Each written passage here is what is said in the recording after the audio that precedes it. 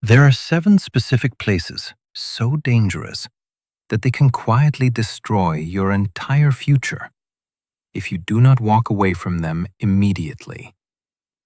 Most men spend their whole lives trapped inside these environments, constantly wondering why they never became more. They fail to realize that the very spaces where they feel the safest are the same spaces slowly destroying them from the inside out. The most dangerous people in your life are not the ones carrying weapons. They are the ones carrying friendship. Niccolò Machiavelli warned that a man's downfall rarely comes directly from his enemies. More often, it comes from the places where he feels the most comfortable. You think you are simply hanging out. You think you are networking. You think you are just reconnecting with old friends and familiar faces. You are wrong. You are stepping into a social minefield every single day without even noticing the wires beneath your feet. Machiavelli understood that the fastest way to destroy a person is not through direct attack. It is by placing them in an environment where their ambition slowly falls asleep. There are certain rooms, certain circles, and certain conversations designed to keep you small, keep you financially trapped, and keep you weak enough to never become dangerous. Most men walk right into these traps with a smile on their face, wondering why their life feels like it's stuck in the mud. Think about the last time you sat in a circle of friends and vented about your struggles. You felt a sense of relief, didn't you? That wasn't peace. That was the smell of your power leaving your body. You didn't get a solution. You got a sedative. You traded your dominance for a moment of sympathy, and everyone in that room saw your price. In this world, there are 7 zones of death that will strip you of your power, leak your secrets to your enemies, and turn your iron will into soft glass. If you are in one of these circuits right now, you aren't relaxing. You are being harvested. Your energy is being drained. Your edge is being blunted. And the people you call friends are the ones holding the knife. Today, I am exposing these 7 dangerous places. I'm going to show you why the shoulder to cry on is actually a knife in your back, and why being the big fish in your current pond is a slow-motion suicide. We are starting with the most addictive trap of all, the place where most men go to die before they are even buried. If you value your future, do not look away. The first place you must burn to the ground is this one, the sympathy circle. You might know it as the group chat, where everyone complains about their boss, the bar where you meet to talk about how unfair the world is, or the dinner table where you vent about your struggling business. This is the most addictive and destructive place a man can inhabit. It is a circle where the primary currency is shared trauma, complaints, and excuses. Think about your Friday nights. Think about that group chat you check every morning. What is the topic of conversation? Is it about expansion? Is it about strategy? Or is it a collective session of venting about how the world is unfair, how the boss is a jerk, or how the economy is rigged? You think you are finding comfort here. You think you are getting things off your chest.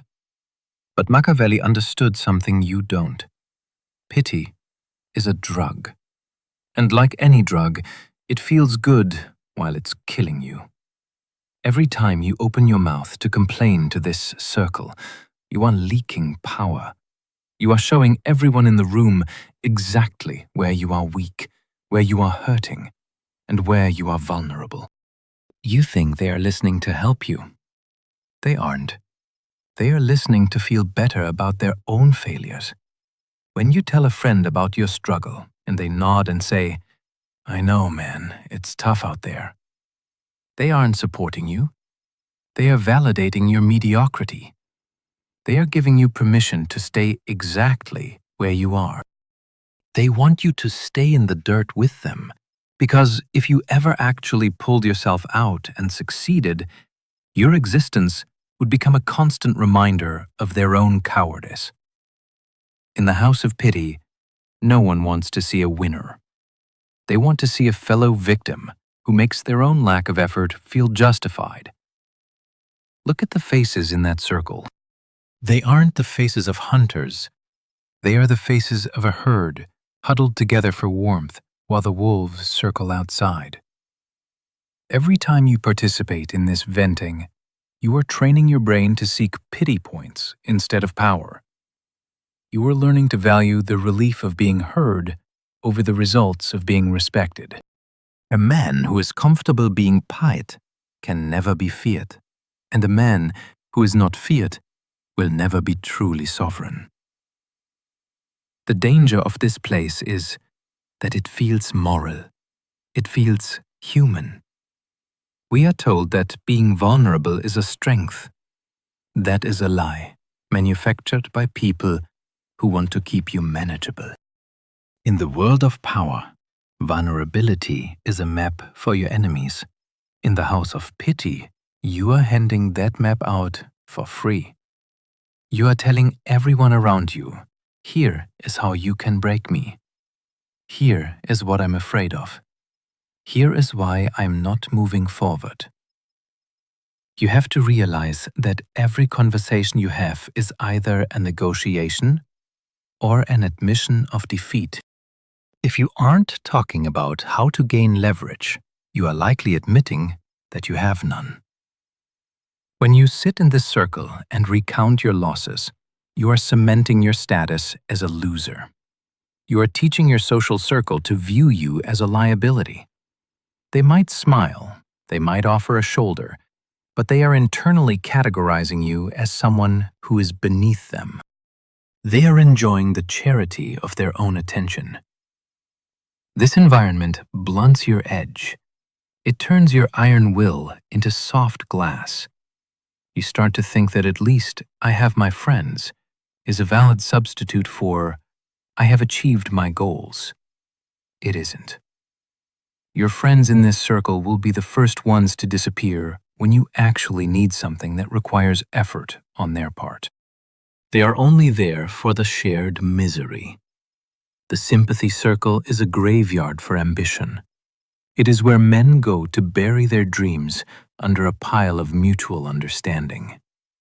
If you stay here, you will die a quiet, comfortable death, surrounded by people who will weep at your funeral because they are glad it's you in the box and not them.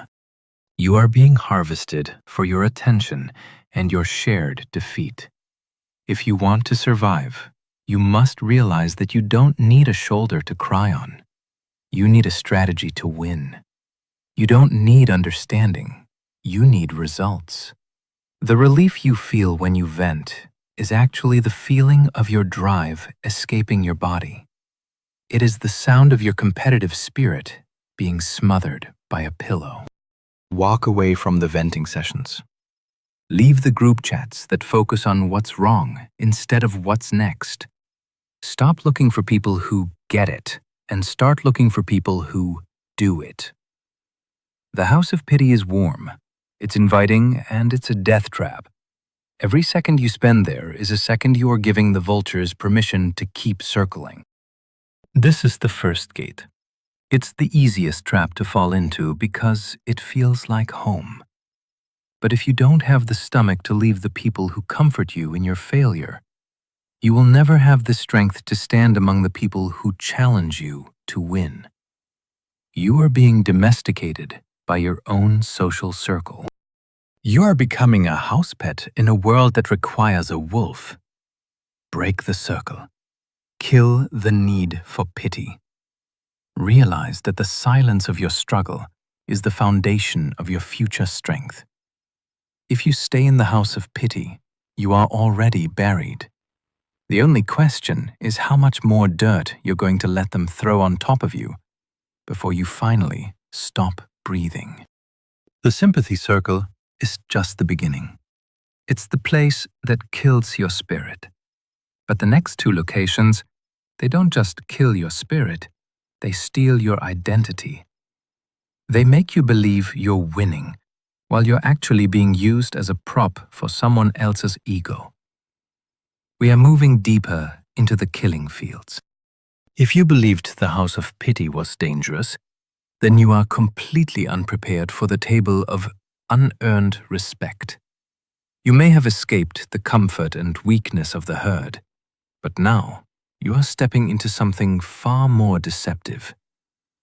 Most men spend their entire lives chasing a seat at high-status tables, convincing themselves that being close to power somehow means they possess power themselves. And that leads directly to the second killing field. Number 2. The table of unearned respect. You finally made it. You are now sitting in the same room as powerful people, influential people, the men you once observed from a distance and admired. You are seated at a table where the wine costs more than your monthly rent, and for the first time in your entire life, you feel as though you finally belong there.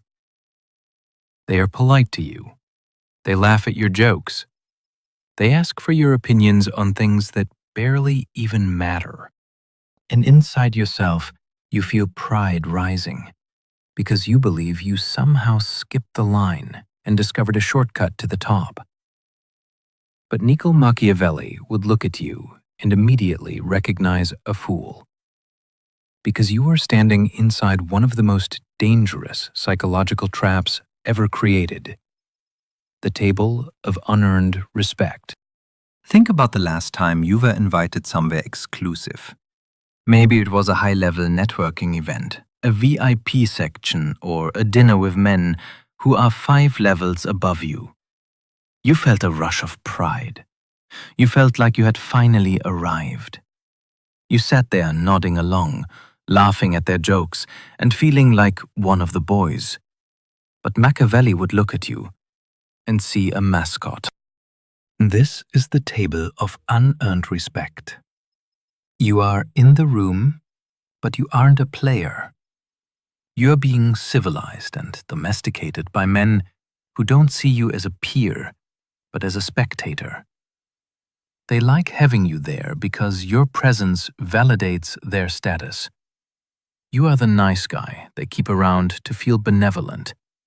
But make no mistake, the moment the check comes or a real decision needs to be made, you will realize you have zero leverage.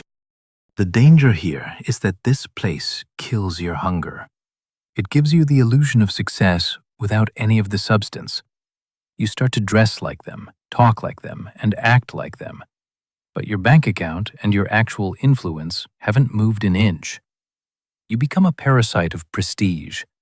You are so busy enjoying the unearned respect of being in the room that you stop doing the brutal work required to actually own the room.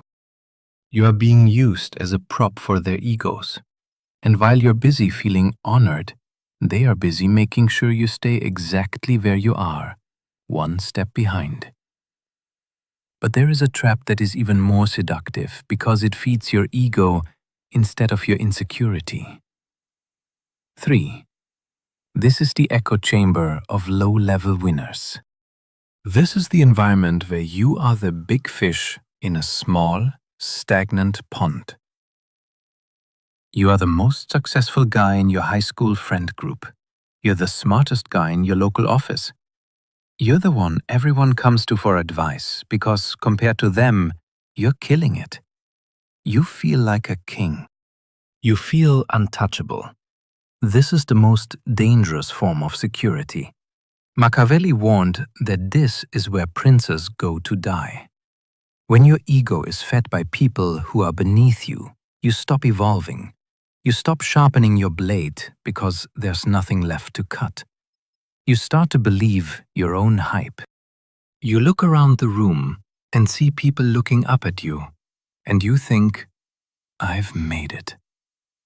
But making it in a room full of losers is just a slower way to fail. The people in this echo chamber don't challenge you. They applaud you. They don't push you to grow. They tell you how great you already are. Why? Because as long as you stay at the top of their small pond, they have a successful friend they can brag about. But the second you try to jump into a bigger ocean, the second you try to compete with real predators, you will realize how soft you've become.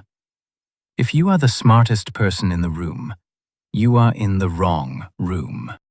You are currently in a place that is rotting your ambition from the inside out. You have traded the discomfort of growth for the comfort of being warped by the mediocre. You are winning by a standard that doesn't matter. While you are enjoying the view from the top of your small hill, the men in the real mountains are looking down at you and laughing.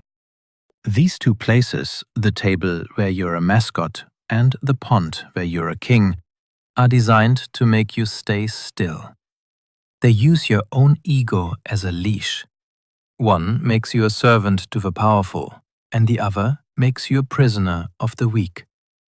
In both scenarios, you are not sovereign. You are a character in someone else's story.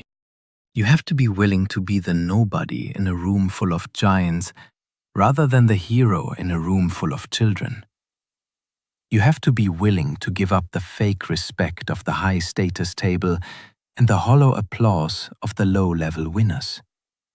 If you don't, you will spend the rest of your life as a local legend or a VIP spectator, never realizing that you were actually a casualty of your own need for approval.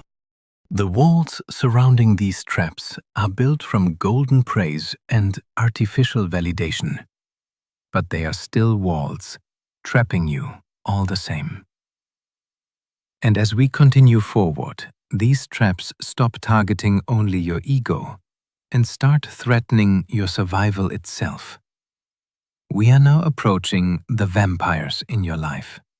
The environments that do not simply slow your growth, but slowly drain your energy, your ambition, and your future dry. Number 4. The sunken cost relationship. The dead weight. Right now, you are pouring the blood of your life into something that already died years ago.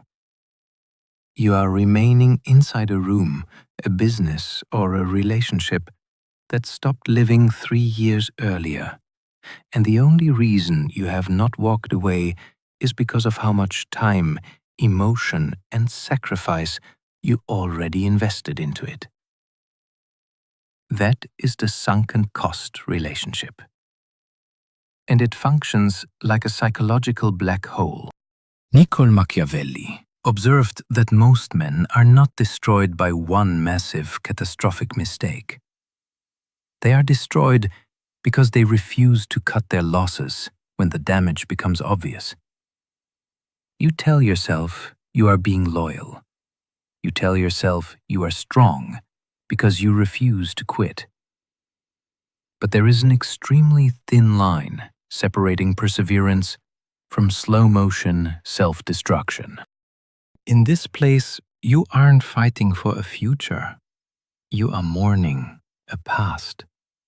You are staying with a partner who disrespects your vision, or a business partner who drains your resources, or a social circle that demands your constant attention but offers no leverage. Why do you stay? Because your ego cannot handle the fact that the last 5 years were a waste. You feel that if you walk away now, you are admitting defeat. So you double down. You spend another year trying to fix something that is fundamentally broken.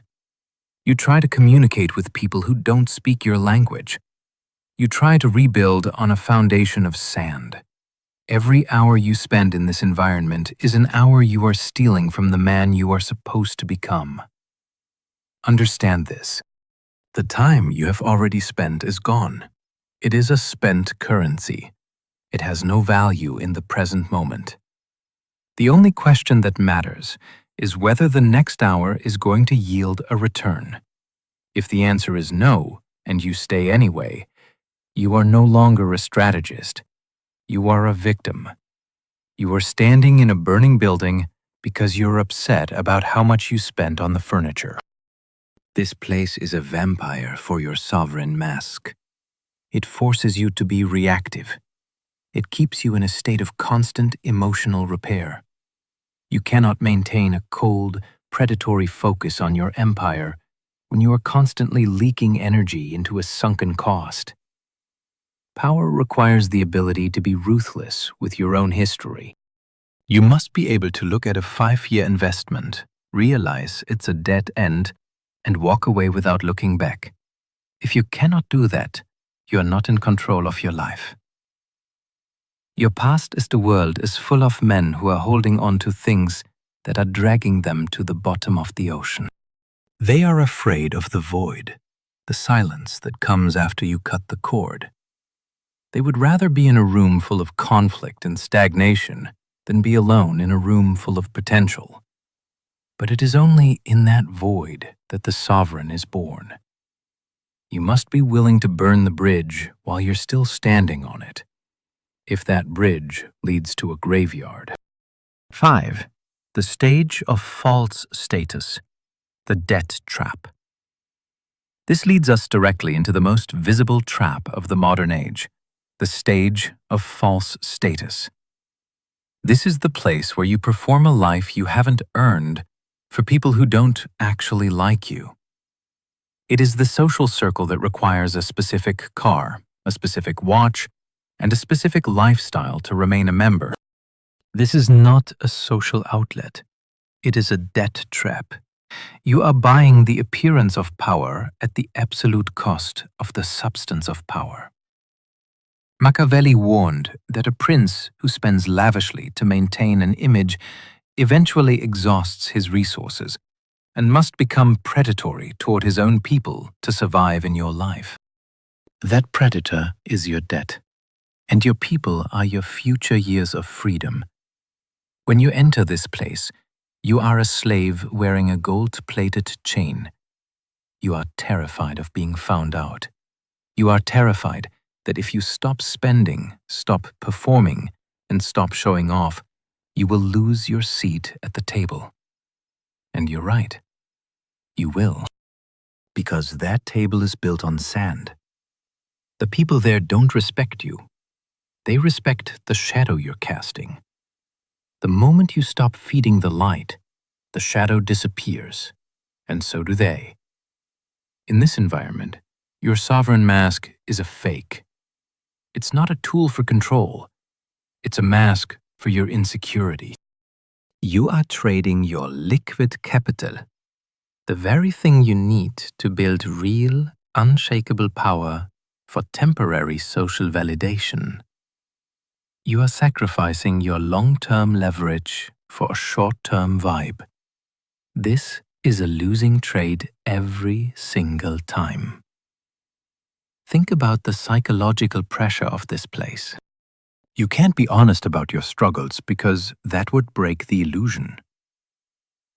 You can't take risks because you're one bad month away from the repo man taking your status away. You are trapped in a cycle of maintenance. You aren't building an empire. You're managing a stage set. A real man of power would rather live in a basement with $1 million in leverage than in a mansion with $1 million in debt. The stage of false status kills your ability to take a hit because you are so over-leveraged for the sake of your image. Any minor setback becomes a catastrophe. You become desperate. You start making weak moves. You start begging for opportunities instead of commanding them. You become the very thing we told you to never appear as desperate. You have to learn the art of the clean break.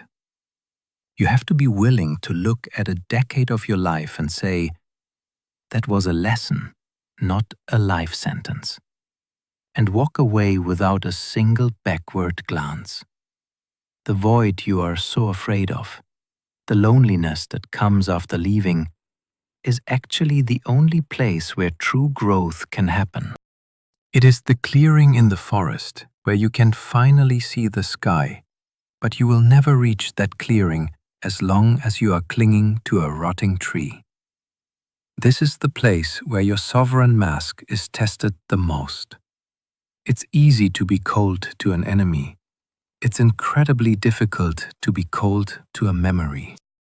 But if that memory is currently standing in the way of your future, it must be executed. You cannot build a new empire on top of a crumbling foundation. You must have the stomach to raise it to the ground.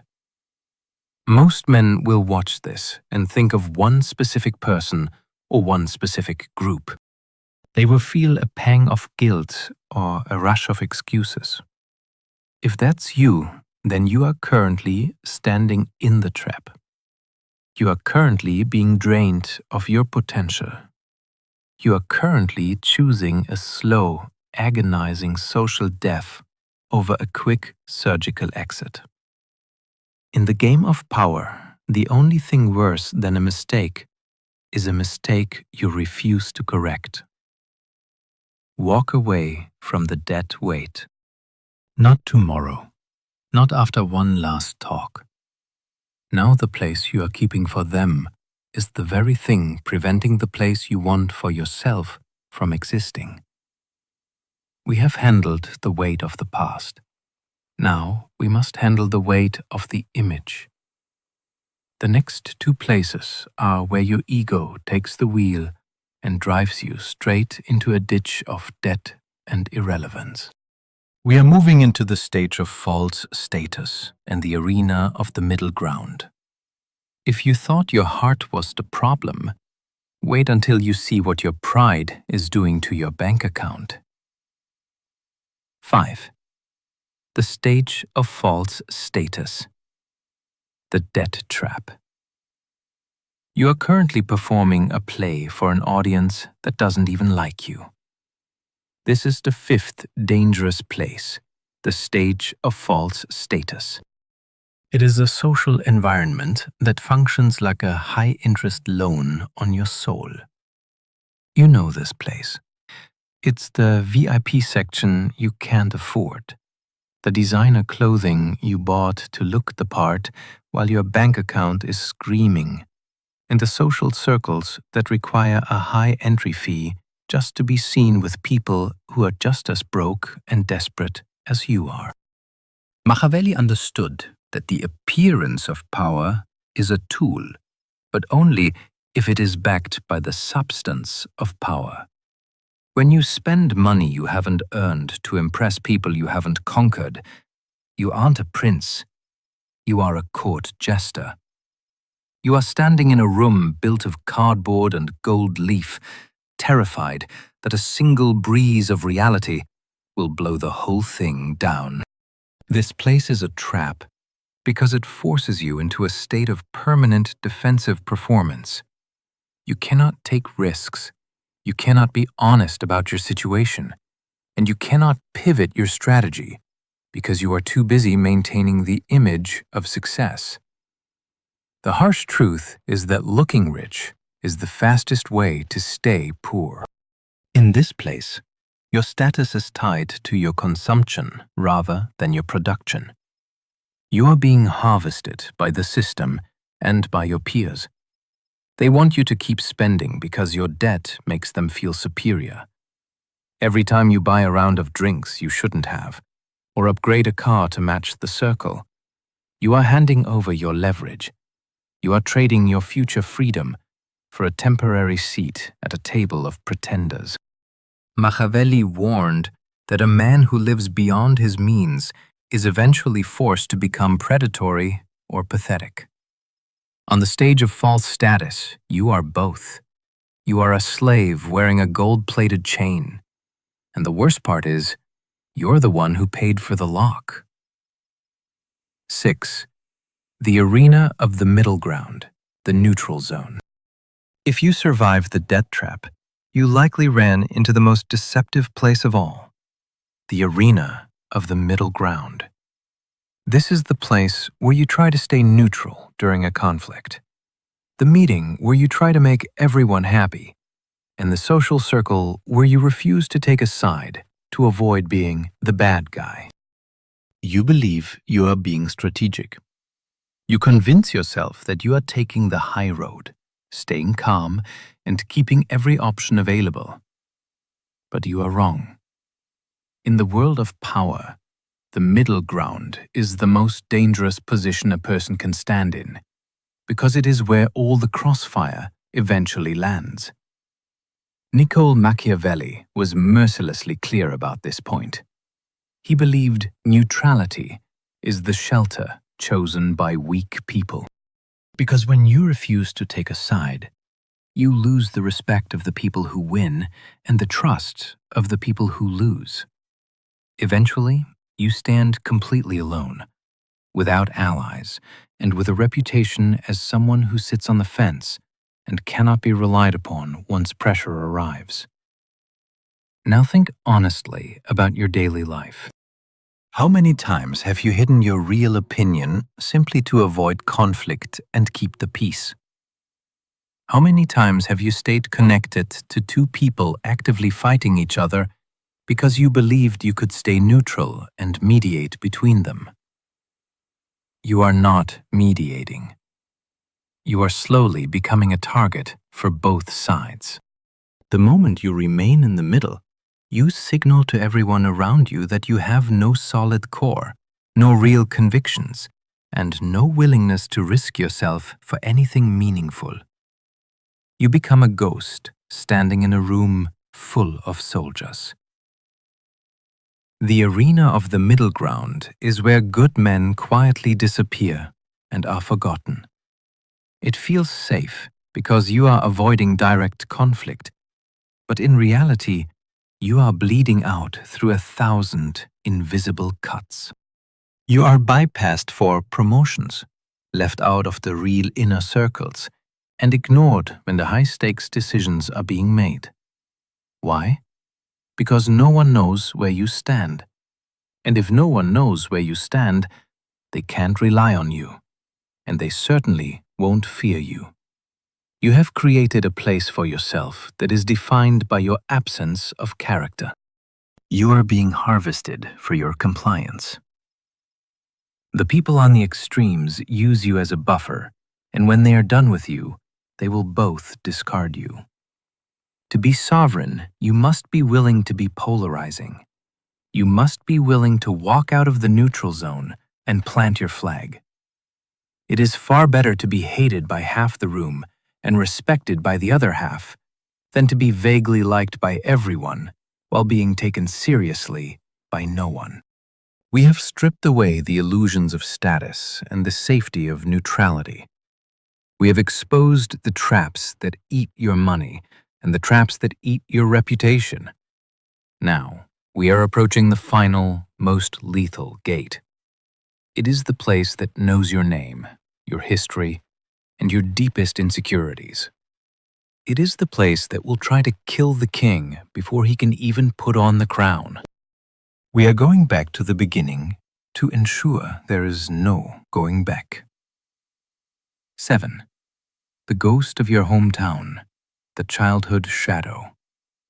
You have survived the social killing fields and the traps of your own ego, but now you face the final gate.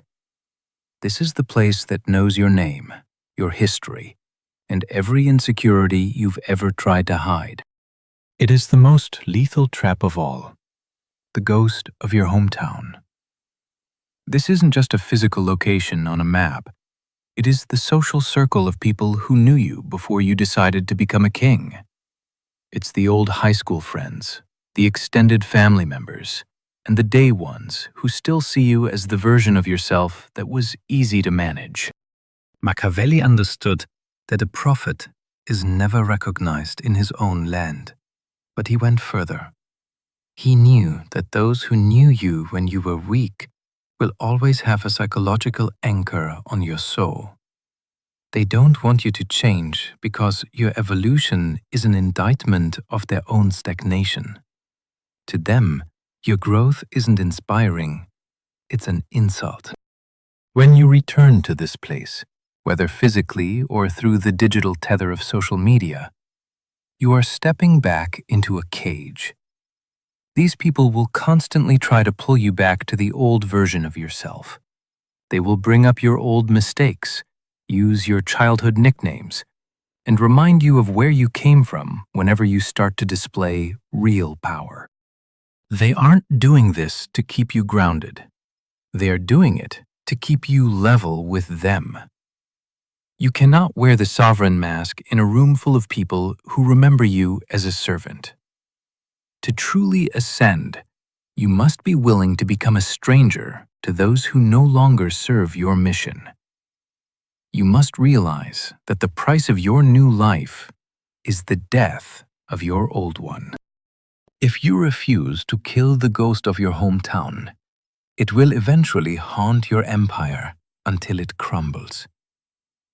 The truth is, you have been standing in these 7 dangerous places because you were afraid of the cold. You chose the warmth of the herd, the comfort of the middle ground, and the safety of your hometown because you didn't think you could survive the silence of absolute sovereignty. But by now, that avoidance has already collapsed. You can finally see the tripwires hidden beneath the surface. You can smell the sedatives floating through the air. And you are beginning to understand that the places you once considered safe were actually the exact environments where your potential was being slowly dismantled, piece by piece. And now, simply understanding it is no longer enough. From this moment on, every social interaction in your life must become a tactical decision. Every room you walk into must be a place where you are either gaining leverage or sharpening your blade. If it is doing neither of those things, then you are the prey inside that environment. There is no middle ground anymore. There is no such thing as just hanging out. There is only the hunter and the harvested. You have now been exposed to the machinery behind your own stagnation. And if you choose to return to the same circles after recognizing the trap, it is no longer ignorance or an accident. It becomes a conscious decision to fail. And if this realization hits you like a punch directly to the stomach, then you are exactly where you need to be right now. Align yourself with this mindset completely. Like this video as a signal that you have finally identified the traps operating inside your own life. Subscribe to this channel to ensure you never lose your edge. This is not a favor to me. It is a commitment to the continuation of your own journey. We are building a brotherhood of men who refuse to be domesticated by the places society has designed for them. For those among you who recognize that the surface-level truth is not enough, I am inviting you to secure your position in the inner circle. Join the membership. This is the space for the sovereign few who want deeper insight, stronger tactical control, and access to protocols that are too dangerous for the public algorithm. Inside, we don't just identify the traps, we build the empires that replace them. It is the difference between watching the game and owning the field. The door is open for the disciplined, but the seats are limited. You can stay outside with the herd, or you can step into the room where the real decisions are made. I want to thank you for staying until the end. Most men checked out long ago because they couldn't handle the reflection in the mirror. Your attention and your discipline have been earned, and they are the only tools that will get you out of the killing fields alive. The fire is burning. The traps are set. But now you are the only one who knows where they are hidden. Go back out there. Walk through the fire, and never let them see you shiver.